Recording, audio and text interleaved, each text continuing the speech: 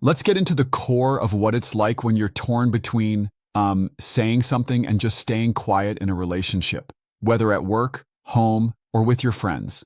Absolutely. It's that familiar crossroads, wanting to speak up but fearing judgment or misunderstanding, right?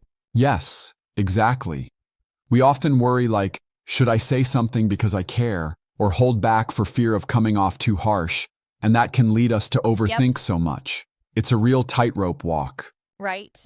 And it feels like there's a heavy weight around the idea of being honest without hurting someone. It's very human. And then there's the idea that it's not just what you say, but where it comes from, the energy behind it. When you're feeling defensive or urgent, even kind words can end up sounding sharp. Mm, That subtle shift in energy can make all the difference. yeah, like when someone says, I need more space, it might sound cold if it's coming from, say, resentment, but completely different if it's calm and caring. Exactly. It's almost like the same sentence is a chameleon, changing colors based on your inner tone. Sometimes it's like, you're speaking from a place of genuine care, and other times it's like urgency, almost a need to fix things. It's all about that underlying Right. vibe. I love that notion. The idea that we have layers of intention. So instead of just asking, should I say something? The deeper question becomes, which part of me is speaking? Bingo. And that self inquiry is powerful. Asking ourselves things like, what do I really want to accomplish? Or am I coming from a place of caring or from a place of fear and urgency? Can change the whole conversation. Exactly. It's that space between truth and comfort that really matters. And that space, that area of self-awareness, sometimes feels like a wide open field, full of possibility rather than just the two extremes of being brutally honest or completely silent. Right. It's like those binary choices are a false dilemma. There's a spectrum where honesty and kindness can and should coexist. It's about finding that balance. It's not about rehearsing a Yeah, perfect sentence, but being present and connecting from your true self. that makes me think of how sometimes we might, without even noticing, sugarcoat our truths, like speaking, but not really saying what we mean to avoid hurting someone, and then later, regret kicks in. Exactly. And when we don't get to speak fully, it leaves us feeling inauthentic. Imagine saying yes when you truly mean no. Mm, That misalignment with ourselves can build up over time. yeah, and it can even create a kind of internal tension. I mean, if you're constantly holding back what you really feel, it's bound to affect your well being, don't you think? Absolutely. And it's not just about well being, it affects our relationships deeply. If you're speaking from a place of disconnection internally, others can almost sense it.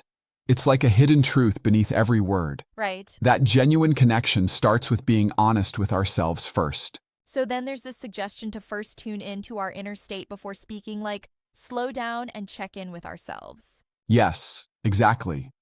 Take a moment to recognize what you're feeling. Ask yourself, um, what part of me is triggering this need to speak? Or, is my urgency coming from Yep. a need to control the outcome?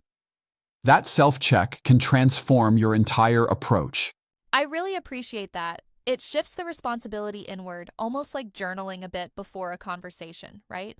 Yes, it's like having a mini internal dialogue. For instance, if you're frustrated by a friend's pattern or a coworker's mistake, rather than blurting out something that might come off as judgmental, you can ask yourself, what is my true intention here? Is it to really help them or just to vent? That Absolutely. clarity makes the communication more compassionate. But sometimes I wonder if this constant self analysis might also become a barrier. I mean, could overthinking our intentions lead us to, avoid conflicts that need to be addressed? That's a great point and a valid critique. Overanalysis might, in some cases, lead to paralysis, where you never speak up because you're caught in endless reflection. However, the goal isn't to overthink, but rather to quickly tune into your authentic self. Right. It's a balance. I can see that.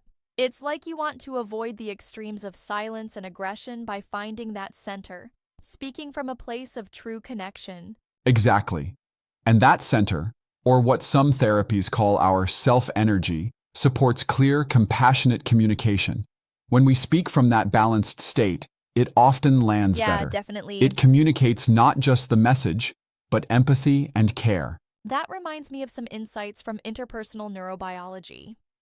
When our internal states are calm and connected, our words seem to have a different resonance. They make the other person feel safe and understood. Yes, research supports that. A regulated internal state can literally reframe our communications so that even difficult truths are softer and heard more clearly. It's like, the energy behind the words is what creates a bridge, not a barrier. And even Exactly. if the message is the same, it lands differently when you're centered. I find that analogy so compelling. The same words, but the tone and source can entirely change the impact. It's kind of like saying, I need more space, with gentleness versus saying it with anger. Right on. That phrase, I need more space, can be a beacon of self-respect when spoken from a calm self.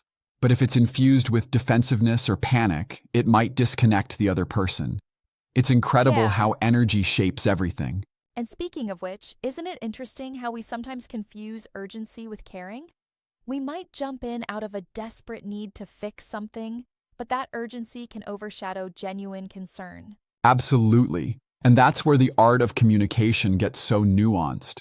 If your urgency isn't managed, it can sound controlling instead of caring. It's a challenge to bridge the gap between wanting to help and coming off as overbearing. So, ultimately, the message isn't just about speaking, it's about how we hold our truth internally first, right? Exactly. It's all rooted in self-awareness. By checking in with oneself, you're not just voicing a reaction, but rather speaking from a well of compassion and clarity. That Yeah, resonates so deeply because it honors both truth and kindness. I really love that approach. It's like, instead of choosing between being kind and being honest, you can actually be both. And that, in my opinion, is one of the most authentic ways of being. Yes, that's the third way, a blend. Be honest and kind at the same time. There's no need to force a false dichotomy. If you can slow down and ground yourself, the words come out in a way that's both clear and connected. Absolutely. It's a win-win for everyone involved.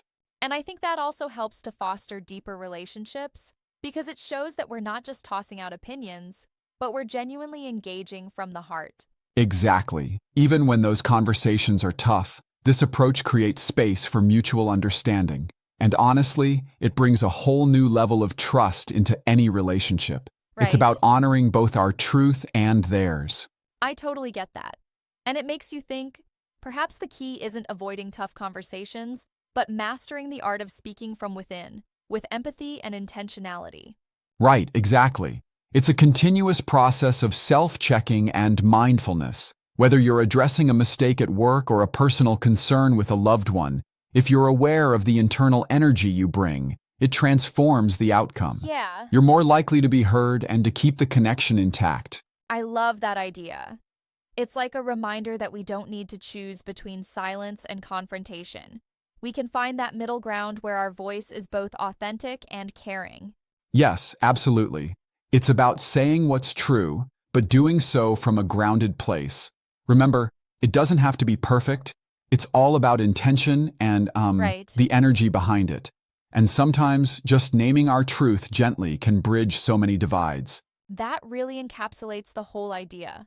Whether it's through journaling questions like, what part of me is speaking, or just taking a breath before responding, it's a powerful shift. Exactly. And if we can all take a moment to reflect on our internal dialogue, we might just find that our messages are not only more clear, but truly heart-centered. And Yeah, that makes all the difference in how we connect with others. This conversation reminds me that communication, with all its imperfections, is a beautiful art.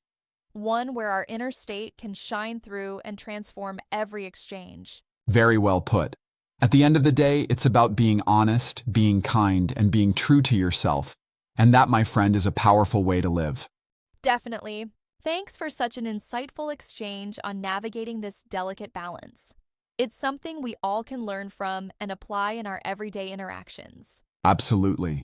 Let's keep encouraging that self-awareness and compassion in our conversations, be it at work, with friends, or in our own hearts. And Yeah. remember, a thoughtful pause can lead to more meaningful dialogue.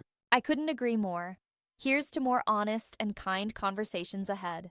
one mindful word at a time.